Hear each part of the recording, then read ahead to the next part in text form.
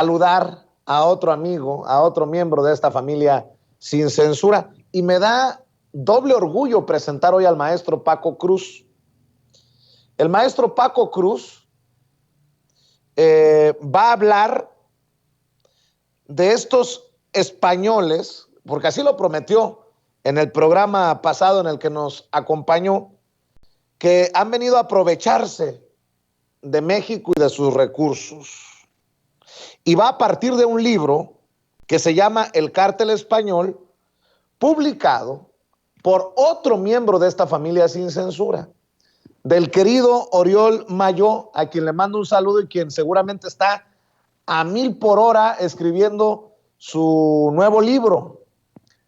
Por eso le digo que un doble orgullo, un maestro como Paco Cruz retomando un libro de otro maestro como Oriol Mayó. Te mando un abrazo, Paco, ¿cómo te va? Muy buenas tardes. Vicente, ¿cómo estás? Buenas tardes. Pues sí, mira, la realidad es que te prometí la semana pasada que íbamos a hablar de los españoles y me parece que el maestro Mayó es una cita obligada porque en 2011 publicó El Cártel Español. En realidad habla sobre cómo penetran las élites españolas a América Latina.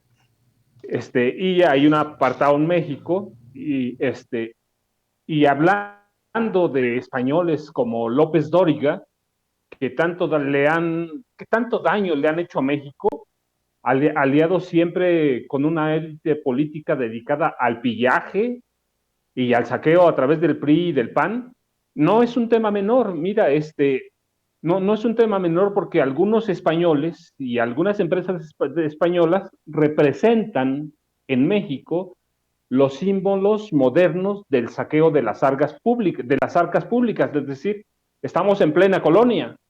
Son los llamados demonios del hispanismo en América Latina en general y en México en particular.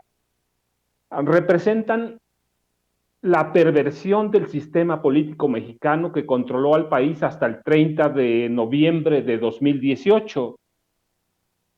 La reconquista, como lo llama el maestro Mayó, podemos documentarla hasta el 91 o un poco más atrás, pero en el 91 se da bien y en los 90, no solo por la apertura comercial a través del Tratado de Libre Comercio, que era para América del Norte, lo recuerdas, el Telecán, que después cambió con López Obrador, sino por la imposición del neoliberalismo con Carlos Salinas de Gortari y el consiguiente desembarco de las élites españolas. De pronto, mira, teníamos ya a OHL, Iberdrola, Gas Natural, Sara, Santander, BBVA, que hoy ya le quitaron el Bancomer, Telefónica, Repsol, es decir, una vorágine. Teníamos aquí, después de fines de los 90, a las castas españolas, sin saberlo, nos entrábamos a comprar a una tienda comercial, a comprar lo que sea, y teníamos ya a los españoles otra vez en México, con todo lo negativo que representa. Y había algunos españoles ya en México, muy viejos, como Joaquín López Dóriga, que se dedicaron a eso, al saqueo. Pero hay otros que dejamos de mencionar. Y llegamos, por ejemplo, a Juan Camilo Mourinho, ¿lo recuerdas? Juan Camilo Mourinho Terrazo, que murió en un avionazo, accidente o un atentado. La realidad es que, mira, el, uh, el obituario del periódico El Mundo que después rescata el Cártel Español es muy claro. Lo rescata el 5 de noviembre, en su edición del 5 de noviembre, allá en España, el periódico El Mundo. Y decía así, Juan Camilo Mourinho, el español que se convirtió en ministro del Interior. Sí, ellos no lo veían como mexicano, era un español que vino a saquear. ¿Qué hizo? Negocios ventajosos, pillaje con Pemex, una corrupción abierta y documentada desde el principio. En España lo calificaban como el junior soberbio.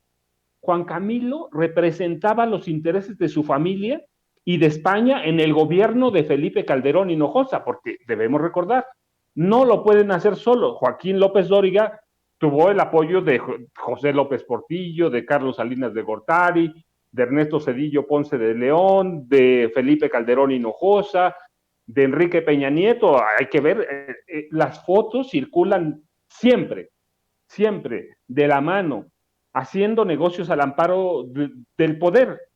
Y en su momento, el historiador español radicado en México advirtió que Mourinho cocinó la reforma energética que se aprobó en el Congreso en 2008 y ya conocemos las consecuencias. No solo las tenemos aquí, mira, los españoles las tienen abiertas, el gas está cada día más caro. Y mira, después de la muerte de Mourinho, el presidente entonces del gobierno español, José Luis Rodríguez Zapatero, hizo un señalamiento que heló la sangre a más de uno. Él dijo, y lo cito y lo tomo del libro de El Cártel Español: ha sido un duro golpe porque el ministro del Interior ha sido siempre colaborador, primero colaborador y luego a mi España. Y pues Campeche se hizo de ellos, Pemex lo hicieron prácticamente un negocio personal. Son españoles que han venido a saquear este país y mira, hay todavía españoles viejos que son calificados, por ejemplo, como los hijos más exitosos de las tierras altas del río Avia, allá en Galicia, a Olegario y Mario Vázquez Raña. El segundo ya se murió, pero dejaron un emporio a través de las concesiones tramposas, de las irregularidades, de los contratos con gobierno, con el gobierno de Vicente Fox, con el gobierno de Calderón. Se volvieron multimillonarios. Tenemos otro que no se habla mucho, Valentín Díaz Morodo, que era el enlace de las empresas españolas con Enrique Peña Nieto.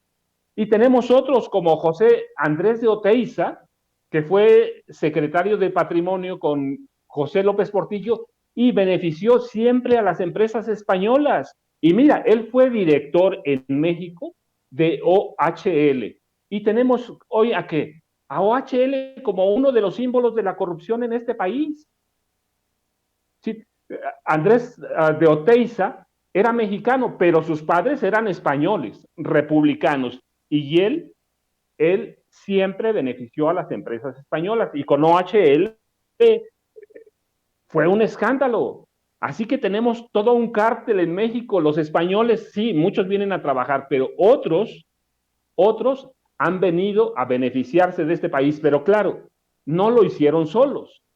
Les ayudaron Peña, podemos documentarlo, está documentado, Peña, Felipe Calderón, Vicente Fox, Carlos Salinas de Gortari, y se aliaron ¿a qué? A la oligarquía mexicana. Así que López Dóriga es uno, pero es uno entre muchos que han llegado a este país a servirse como lo hicieron en la colonia, a servirse del oro mexicano. ¿Todo bien, querido Paco? ¿No es una alarma sísmica lo que suena? Perdón, es que no lograba captar si era en el lado de Paco o en Chicago. Te ofrezco una disculpa, Paco. Hay un altavoz que suena y que alcanzo a escuchar. Oye, a ver,